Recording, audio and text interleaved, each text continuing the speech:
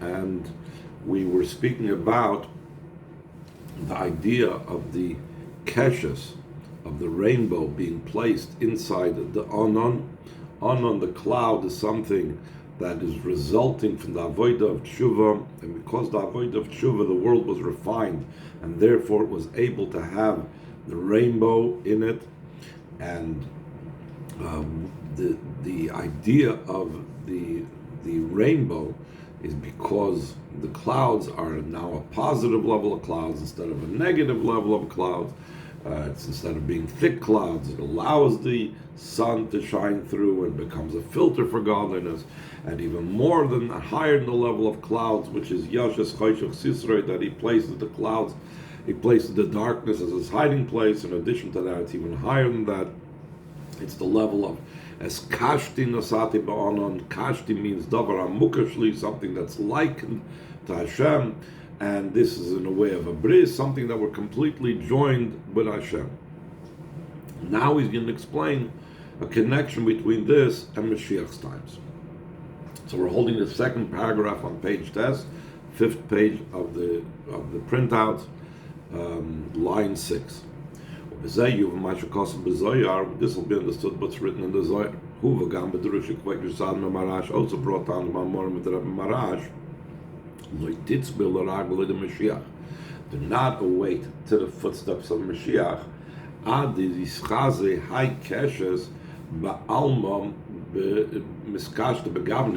until you see this rainbow in the world that adorns himself and beautifies itself to in bright colors or luminous colors. The idea of the rainbow indicates on the avodah of tshuva, like we mentioned before. And all the three lines that's hinted in the above mentioned colors.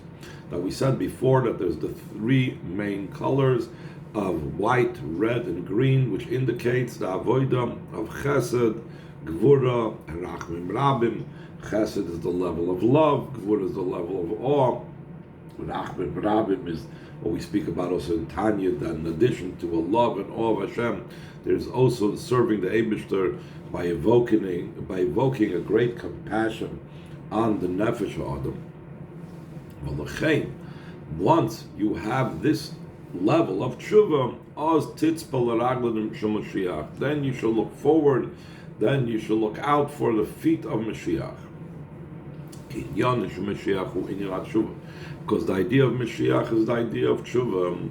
Like it says, so much is Mashiach the idea of tshuva that even those that don't need tshuva, he's going to bring them to tshuva. Mashiach also lasav tzaddikai b'tiyu, for the Mashiach is going to come to bring even tzaddikim to do tshuva. And what does that mean? Since tshuva is associated with Mashiach, so he is revealing a Mashiach component in the tzaddikim. Through revealing the spark of Mashiach that's in every tzaddik. What's the spark of Mashiach that's in every tzaddik? Inyan tshuva. Tshuva is Mashiach's thing. So by bringing tzaddikim to do tshuva, he is revealing the spark of the Mashiach that's in them. Through that becomes revealed the general level of Mashiach. From the micro, from each individual's Mashiach, comes to Mashiach himself to become revealed. It's a very interesting thing, because one would normally perhaps think that Mashiach means that Mashiach will bring tzaddikim. Once he comes, he will bring them to do tshuva. In the timeline over here, it seems to be the other way around. Mashiach will first cause every tzaddik to do tshuva. In other words, it's the nitzutz of Mashiach that's in everyone that's going to become revealed. And when the nitzutz of Mashiach that's in everyone, it's the level of tshuva, becomes revealed, then Mashiach HaKlali, then the big Mashiach is going to, the macro of Mashiach is going to come about. Line 16. Should be the will of Hashem. Through our actions and service for duration of Golos B'chlal, especially through studying these matters in Torah. Yeh b'bchinas zikaron l'mayla miklolos habris de Noach. Will be the idea of the remembrance above from the general concept of the covenant that he made with Noach. That's the whole idea. The whole idea is that when the Eibishter looks at the rainbow, we learn in Chumash, so then he will remember the promise that he made not to destroy it. So in other words, this entire thing, the entire story, the entire idea of the Keshes and the rainbow brings about the level of Hashem's memory, especially the idea of the rainbow. So the Rebbe says that just by learning this idea in Torah, so then we bring about the idea of Hashem's remembrance. Now this remembrance of Noach that Rebbe is going to explain is actually a very high level. The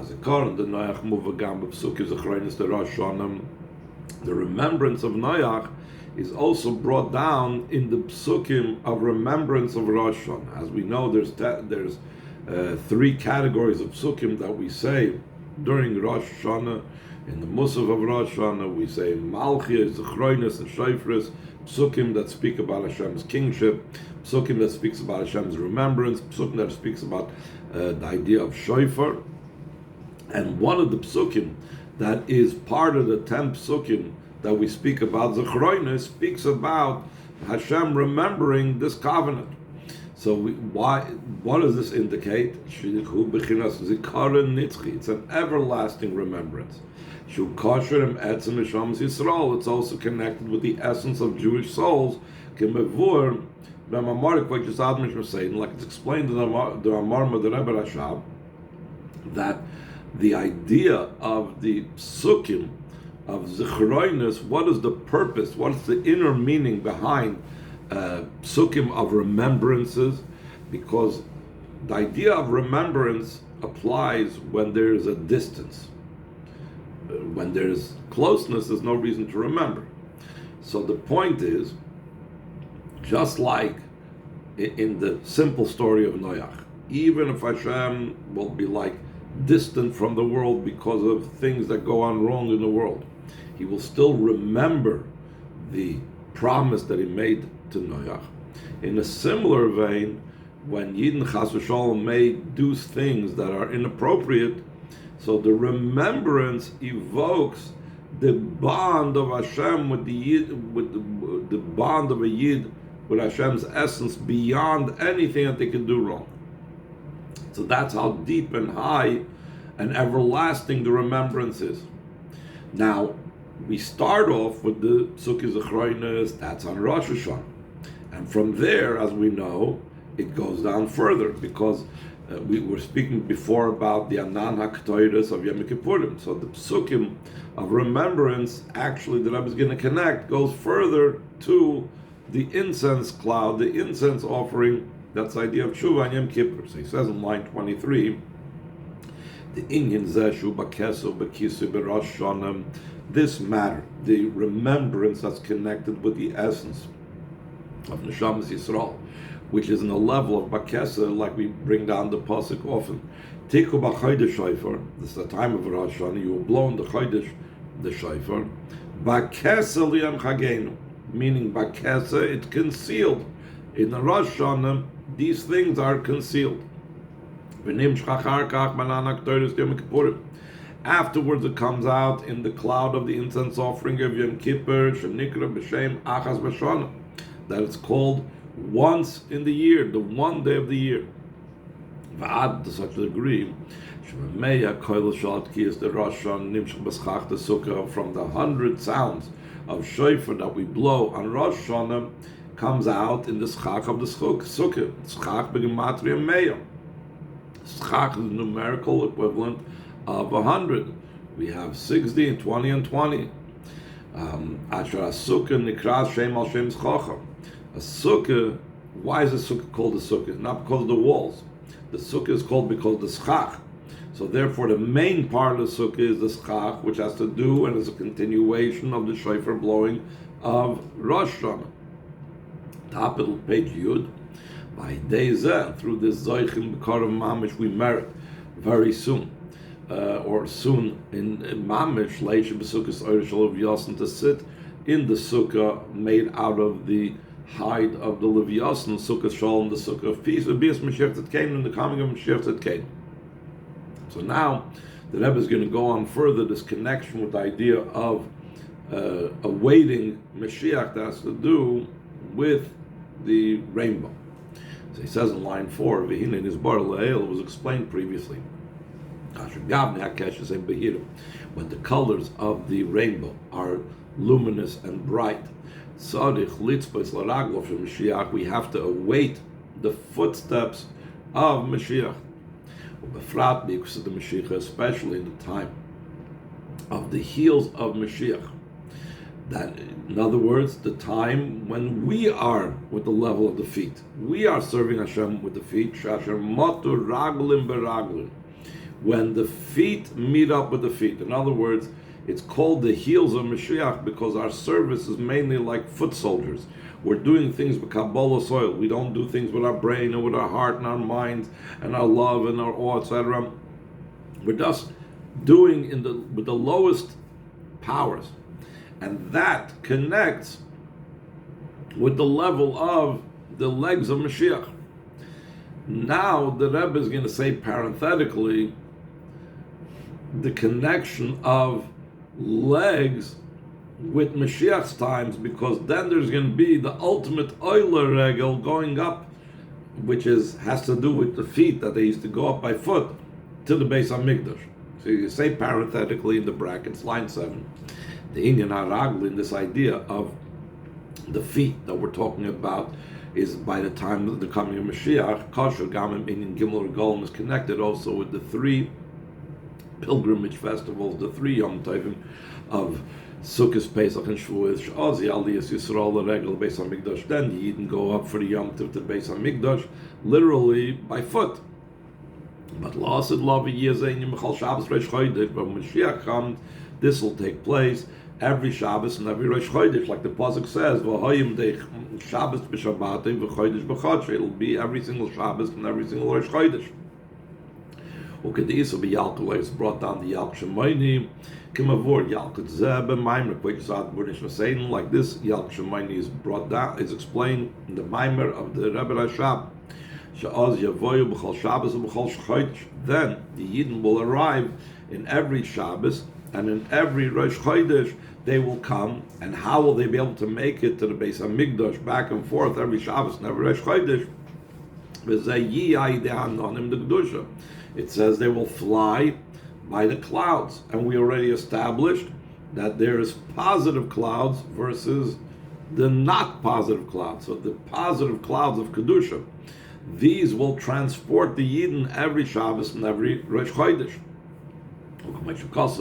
Like it says in the pasuk, Mi elakav to fena v'chayonim ala rebusayim, and it says, who like these will fly like the clouds and like doves back to their nests. So we see that the idea of clouds have to do with the transportation of the Yidden. Even though it's not direct, it says they will fly like the clouds. So we see a clearer association with the clouds. Till be the behold, they are with the clouds of the heavens. So the clouds that we were speaking about right away at the beginning of this mimer is what's going to bring the association with the raglim, with the regolim, that we're going to go up in Mashiach's times. But anyway, going back to the point that I was talking about before the brackets, they says when we're dealing with the times of the heels of Mashiach, when our legs meet up with the legs of Mashiach, we're saying line 15, then we have to look forward to the feet of Mashiach. That soon, immediately, in actuality, you will be collected one by one, the house of Yisrael, every single Yid on his own. Will come with the clouds of heaven, to go up to the Beis HaMikdash, just like he comes to see, he comes to appear in Begilui, that it will be an open revelation. Begula mitzvah shleima, the true and complete redemption. V'toyamel chaim zochu. And we say that on Erev Shabbos, those that taste from the foods of Shabbos, they merit sha'oid be'erev Shabbos. They merit life. Sha'oid be'erev Shabbos tzarich litoin mikol tafshel shiyah l'asalavi. Already on the day before Shabbos, we have to taste from every type of cooked item that's going to be in the future.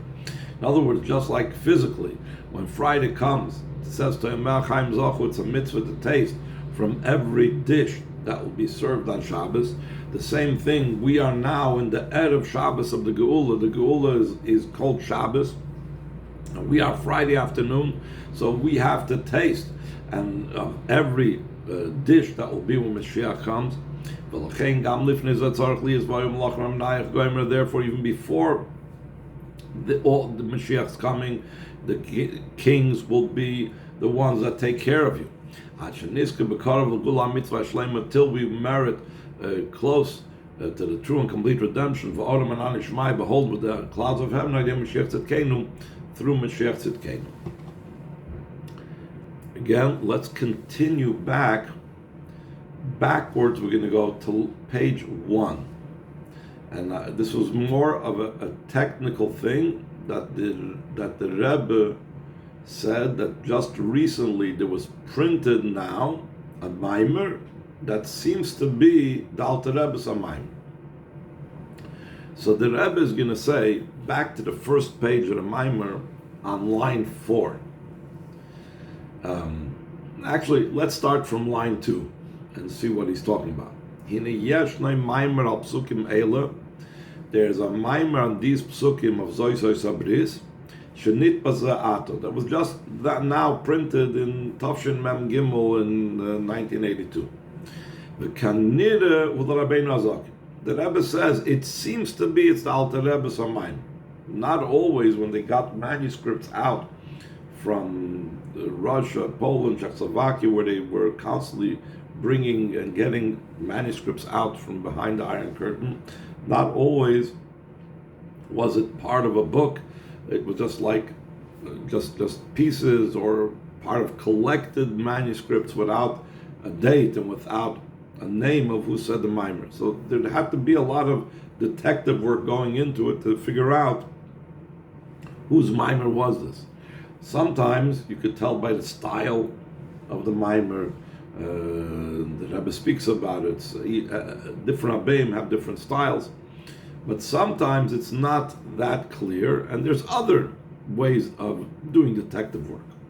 So first of all, the Rebbe says, now in the brackets, line 4, the Keta me'emtza maimer zeh huva bedrush kvaikushis admar tzamach tzedek b'oira Torah b'shem admurzal. A part of this mimer is incorporated into a mimer of Tzemach Tzedek in the Sefer Torah, which is a collection of Tzemach Tzedek's Maimorim, and he quotes the Alter Rebbe. This is very often the Maimorim of the Torah of the Tzemach Tzedek takes pieces of the Alter Rebbe's mimer, or takes an entire mimer and then elaborates upon it further.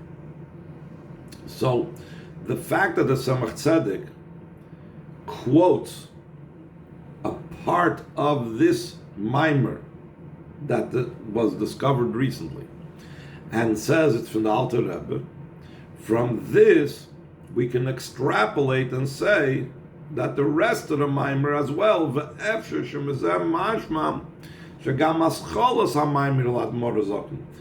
from this possibly we could say that it indicates that the beginning of the mimer is also the Alter Rebbe's mimer, because since this is a part of that, so the part indicates on the whole. And since we see the entire mimer with this piece, and this piece was quoted in the Tzemach Tzedek's mimer as the Alter Rebbe's, so therefore all the rest of the mimers was probably also the Alter Rebbe's. Now, the Rebbe goes on like this. Again, it's a very much broken down an analysis of things. Line 8, Lahoyer, and to note, Shagam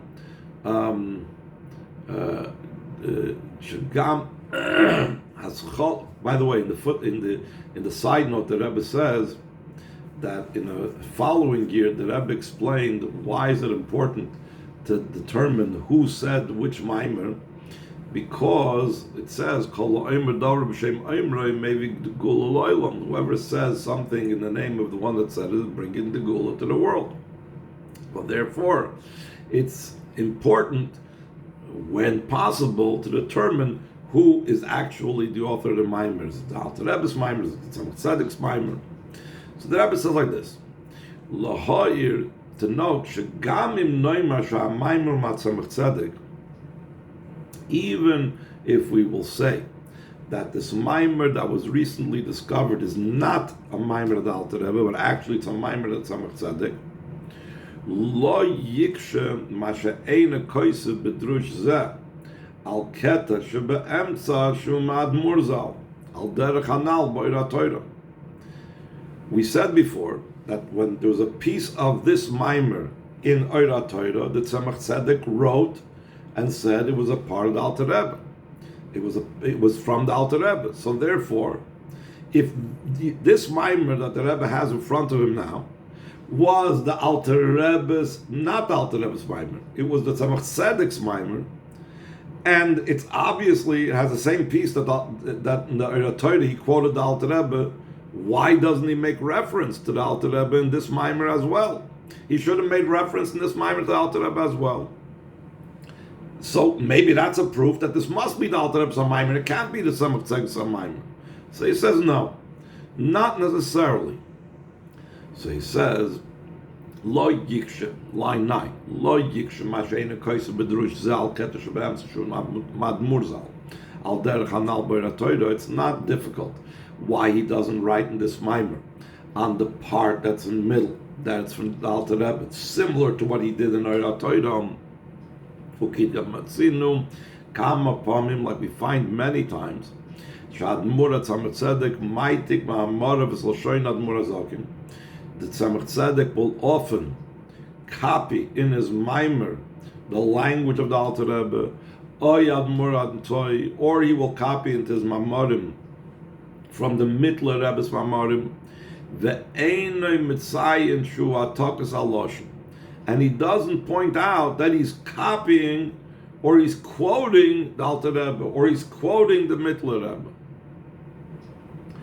Therefore, in this present mimer under the discussion, it could be it's a Tzemach Tzedek's mimer, including a quote from the Alter Rebbe's mimer, just like the Torah is including a quote, but he didn't bother now saying that he's quoting the Alter Rebbe.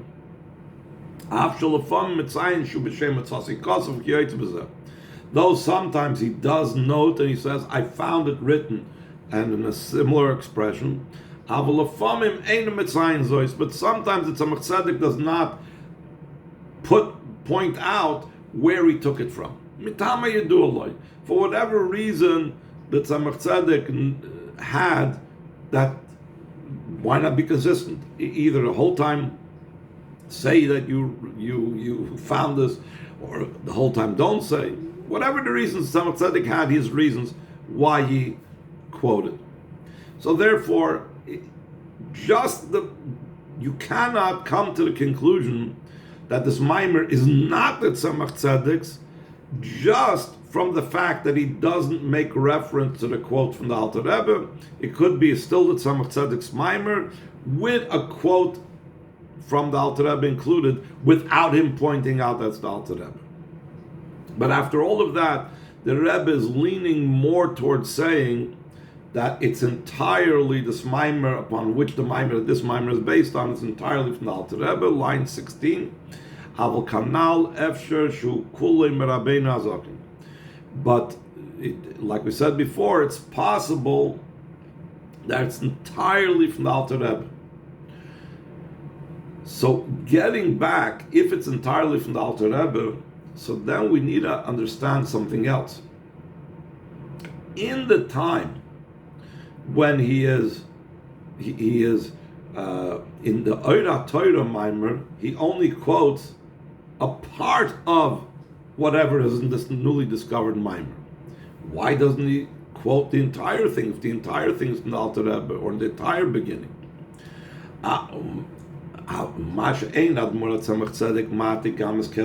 Line 18. Why does the Tzemach Tzedek not include in his Maimer and Oira Torah, where he specifically does quote a piece of the Alter Rebbe's Maimer? Why doesn't he also copy the first part of the Maimer of the Alter Rebbe? We could say two explanations for it. Either this